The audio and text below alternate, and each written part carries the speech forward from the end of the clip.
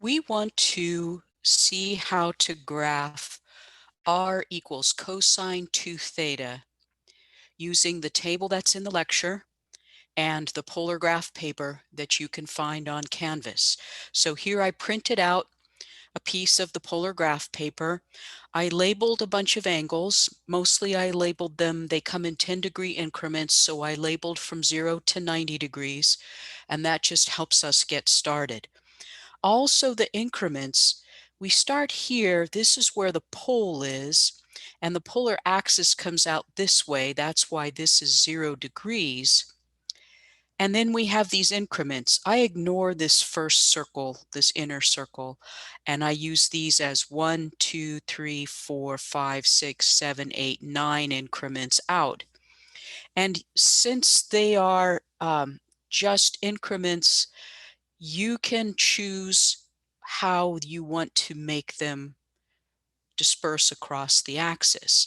So seeing that the values that I have on my table range from basically 0 to 1, the biggest is 1, the smallest is -1, then I chose to put 1 here, and then my increments are 0.2, 0.4, 0.6, 0.8, 1.0. So I won't be graphing anywhere out here. Now I have to pay attention to two things. We have the point, we think of the coordinates of the points as r comma theta, but typically we graph theta first and then find r on it. And that's because if r is negative, we want to reverse, take the extension of the angle. So it's easier to find the angle first and then move either out in the direction that the angle should be, or take the extension of it in 180 degrees from that. So even though we mark down r comma theta as the coordinates, we really plot theta first and then find r from there. So let's start with the table that we have in the lecture. Now remember, we're plotting theta even though the calculation is asking for 2 theta. So we're going to plot the number in the first column and the number in the second column. So our first is 0 degrees, and that's our theta, and then our r is 1. So we plot a point there. And then at 10 degrees, we're at 0.9. So that puts us here. For 20 degrees, we're at 0.7. So that's here. At 30 degrees, 0.5. So we're here. This dark line here is 0.6, and that helps me target it pretty easily. At 40 degrees, we're at 0.2. So that puts us here. Now, just having graphed that much, we can start connecting the dots. And this is something you should think about doing, because it's easy if the dots start overlapping, or you end up with more dots in this area. It's easy to get confused about which order to connect them. So what we want to do is connect them with a smooth curve. So I'm connecting my dots. And I'm connecting them in the order that I graph them, meaning from 0 degrees to 10 degrees to 20 to 30 to 40. So that's something to keep track of along the way. Now, when we move to 50 degrees, when we want to plot that point, it says go to the 50 degrees and then plot a -0.2. So that means we go in the opposite direction of the 50 degrees, which is here, and we want to plot 0.2. So we go out, we go up to our 50-degree mark, and then it says head in the negative direction, the opposite direction of 50 degrees, and go out 0.2. And somewhere between 40 and 50 degrees, we cross through the pole. And we know that that somewhere is really at 45 degrees because twice 45 is 90, and the cosine of that is 0. But we know that we cross through. So we know our graph is going to go here. So now at 60 degrees up here, we're at negative 0.5, so we know that we're here. At 70 degrees, here we're at 0.9. I'm sorry, 0.7, 70 degrees. We're at 0.7. So we come along here, and here's our 0.7. At 80 degrees, we're at 0.9. But of course it's negative, just the same that we've been doing, negative 0.2, 0.5, 0.7. Now at 80 degrees, we want to do negative 0.9. So we're here. And then when theta is 90 degrees, which is this way, we're at negative 1. So we plot it here. And again, we connect the dots. So we know that we go from our 50 degrees to our 60 degrees, 70 degrees, 80 degrees, and then 90 degrees. And I'm trying to make these smooth curves, but also make them dark enough so you can see them. So now we're at 100 degrees, but we're still at a negative. So we still come down here. And so we're at negative 0.9, so we plot that point. And we start seeing the symmetry there. We got negative 0.9. For the next angle over, we get negative 0.7. For the next angle over, we get negative 0.5. For the next angle over, we're at negative 0.2. And we know that we're going to cross through 0 again, so we can connect those points.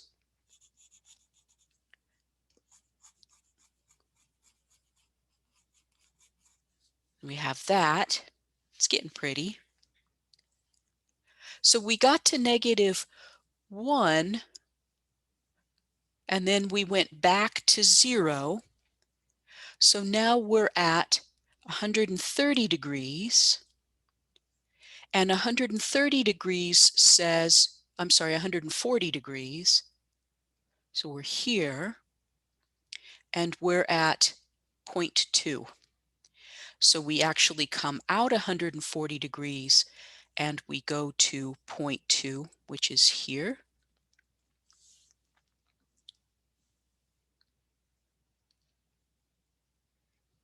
(150 degrees), we're at 0.5, so that puts us here. 160 degrees, we're at 0.7, so that puts us here. 160 degrees was at 0.7, 170 degrees was at 0.9, which is here.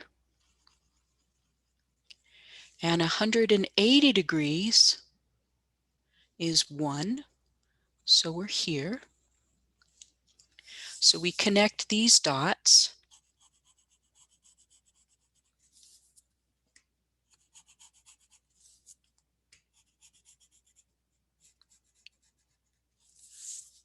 Now this is not a complete graph, but on the table I said no need to go further because the results are just going to repeat. So if we're at 190, we know that we're going to be repeating back the same thing that we got for 10.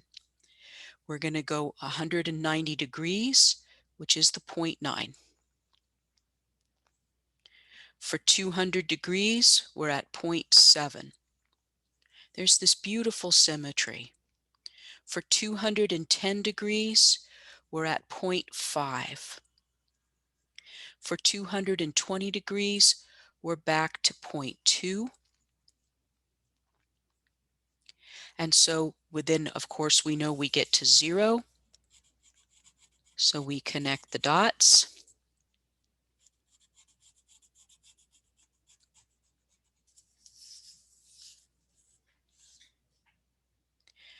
We keep going. The results for the angles past 220 are going to be the negative results that we had before. So it's going to give us this leaf here, but up in this direction. So we know that at 270, we're going to be at -1.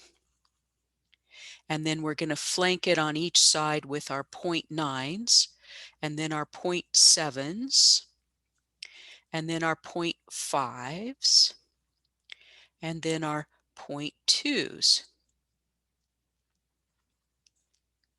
And we connect the dots. Now, it's okay if you look at this and you say, I'm not sure that I would actually get that shape. It's okay if you're not certain of that.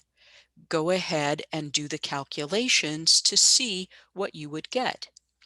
And convince yourself of that, because then once we continue on with the rest of the angles, we're going to get the other half of this leaf. So we get 0.9 there, and 0.7 there, and 0.5 there, and 0.2 there, and we're going to connect those dots like that, and that's our completed goal.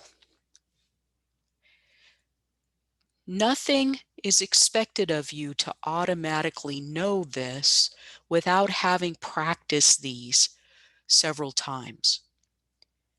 But you're going to see how it works when you set up a table and then you start going more increments past 180, and you'll start seeing the same sorts of 2 theta values showing back up again. So don't worry about it. You don't even necessarily have to always plot in 10-degree increments, but it helps when especially when you're first starting to do this, to plot a lot of points so that you get a feel for what's happening with the graph. So don't rush these things.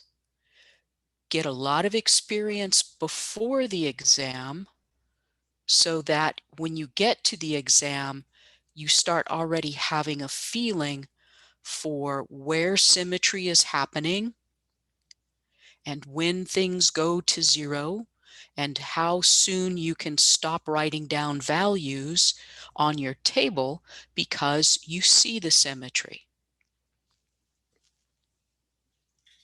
So there you have it. R equals cosine 2 theta. It's pretty. There are other wonderful shapes out there. Try a lot of them.